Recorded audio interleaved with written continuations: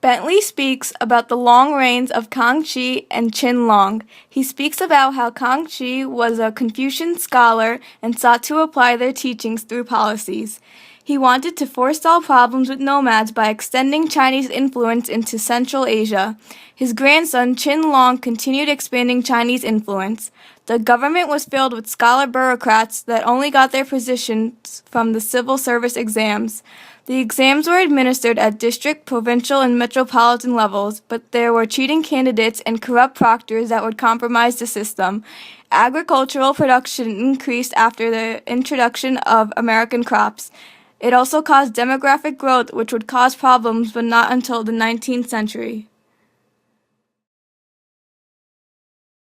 The Qing dynasty was ruled by two emperors, Kang Qi, who reigned from 1662 to 1722, and Qin Long, who reigned from 1736 to 1796. In order for the Manchus to rule effectively, they would need support from the Chinese population, more specifically the elite scholars. Kang Qi had brought scholars into his court to help transform the Manchu way of governing into a more Confucian-based rule. This caused Kang Qi to win over the Chinese population. For the first half of his rule, Kang Qi committed himself to stabilize China. During the second half, he turned his attention towards economic prosperity and support of art and culture. It would be during this time that the southern inspection tours would occur and the scrolls would be made as an act of the emperor showing his support of art. His grandson, the Qinlong Emperor, would make 6 journeys to the south, creating a grand total of 12 scrolls of the southern inspection tours for himself. As emperor, Qinlong had many accomplishments, including extending China's control over Tibet, a large amount of Central Asia, including parts of Russia today, and states in Southeast Asia and Korea. Qinlong supported many ethnic groups during his reign, including Tibetan Buddhism, the Manchu shamanistic cult, and the Mongolian religion. Qinlong began to represent himself differently to each of the ethnic groups under his rule, as shown in the portrait of Qinlong depicting himself as a Buddhist, to seem like a universal ruler.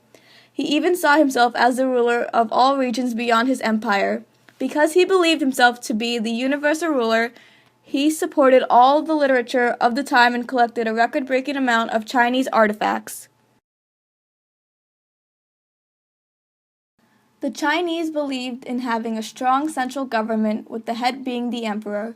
They referred to the emperor as having the mandate of heaven, and if he didn't fulfill his duties, he lost the mandate and could be overthrown. When the Manchu conquered the Ming dynasty and established the Qing, they venerated the Ming emperors as a way to justify that they had the mandate of heaven. The Qing conducted itself as a bureaucracy with a system of meritocracy, meaning the government officials didn't get their positions due to hereditary aristocracy. These officials would have started schooling at a young age, learning canonical literature and philosophical works of Confucian tradition. Exams started at county level, then progressed higher for successful candidates, with the highest level being at the capital. Passing the exams would guarantee the scholar becoming an elite bureaucrat. The system of merit was admired and advocated by many writers and philosophers of the Enlightenment in Europe. The state faced some problems because of the fact that China was very diverse. The state wanted to have the same set of policies throughout the empire, but it wasn't entirely possible because of China's diversity. Also, the state officials were found to have two senses of identity, one concerned about the state and one concerned about their local community. To solve this problem, the rule of avoidance was made to prevent the officials from hurting their home province when serving for the state. The officials were now not allowed to serve in their home province or provinces near it. The state's rule is effective, which is supported by the population growth. The population when the Manchu first conquered over China was about 100 million people, which increased to 300 million people in the early 19th century. The population went up to 400 million at the end of the Qing dynasty in 1911. The consequence of increased population was the fact that the lowest level of bureaucracy, the magistrate, was responsible for as many as 300,000 people. At the end of the Ming dynasty, China's economy was developing into a larger scale because of merchants going out and trading on their own. The economic growth continued into the Qing dynasty. A common misconception about China's government was that it was against merchants, which is untrue. Qing China was a continental market that didn't hinder the movement of goods across provinces. Qing China was big enough to have many important markets with many goods moving to and from them. Herbs from West China went east to use for medicine and slaves. Cotton from northern China went to weavers in central China. Most of China's economy was still based on farming, but 80% of the population lived close to a market town, allowing them to be involved in marketing activities. As the number of markets increased, there was a change in the market structures. There were large markets that served regions of China with sub-markets to serve different sections of each region. The Grand Canal had a major role in the trade of China. It was the passage for important commodities such as grain and salt. It was seen as crucial importance to the Qing government to control the Grand Canal. It is believed that the state controlled the economy, but it is a major misconception. The state was laissez-faire when it came to the economy and left the regulation to the people directly involved in the economic exchange. The Qing state was only concerned in the movement of certain goods, most importantly salt. At this time, the Qing government only accepted taxes to be paid in silver coins. This was the currency used in China, with copper coins being used for everyday transactions and silver used for larger transactions and for the government. China's use in coins brought on the development of remittance banks. These banks allowed merchants to deposit money and gave them a certificate which they could use to pay someone who would bring the certificate to another bank and get their money, very similar to the use of a check today. These banks were important in developing commercial activity in China. As the economy grew, more silver was needed. China first received Mexican silver, which was already minted and reliable, through the Philippines.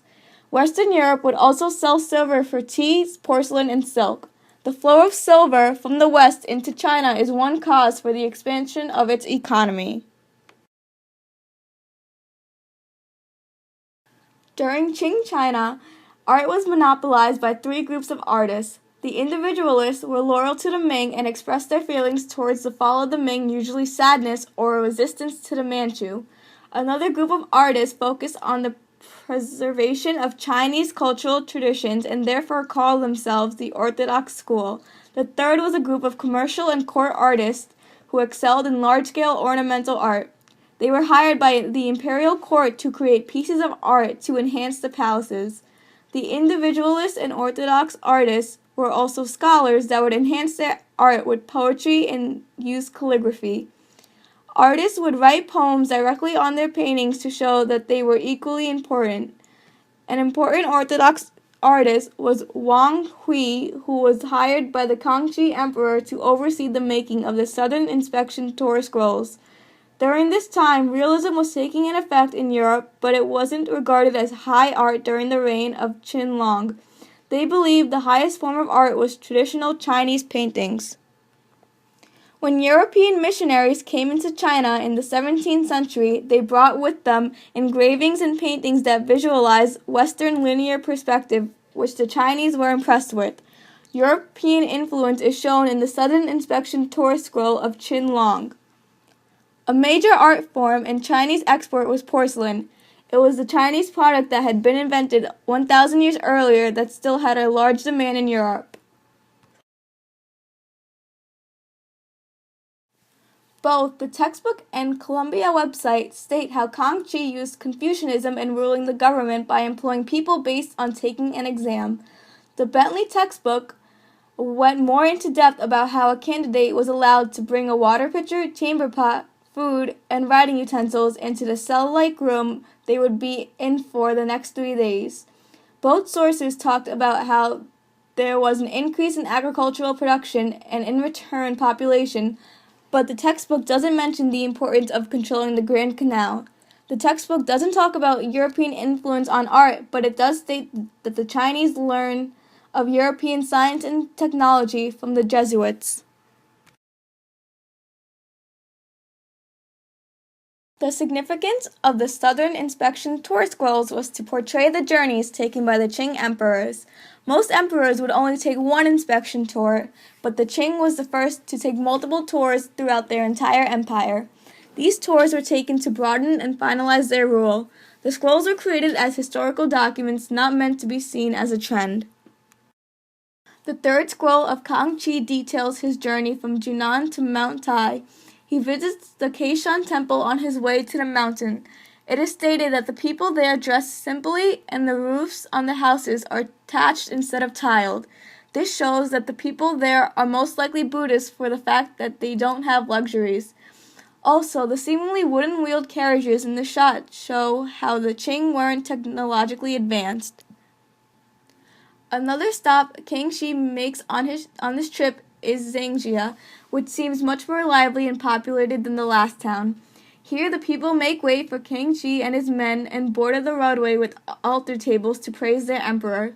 The town looks like an area where local trade would occur with markets with different products lined up.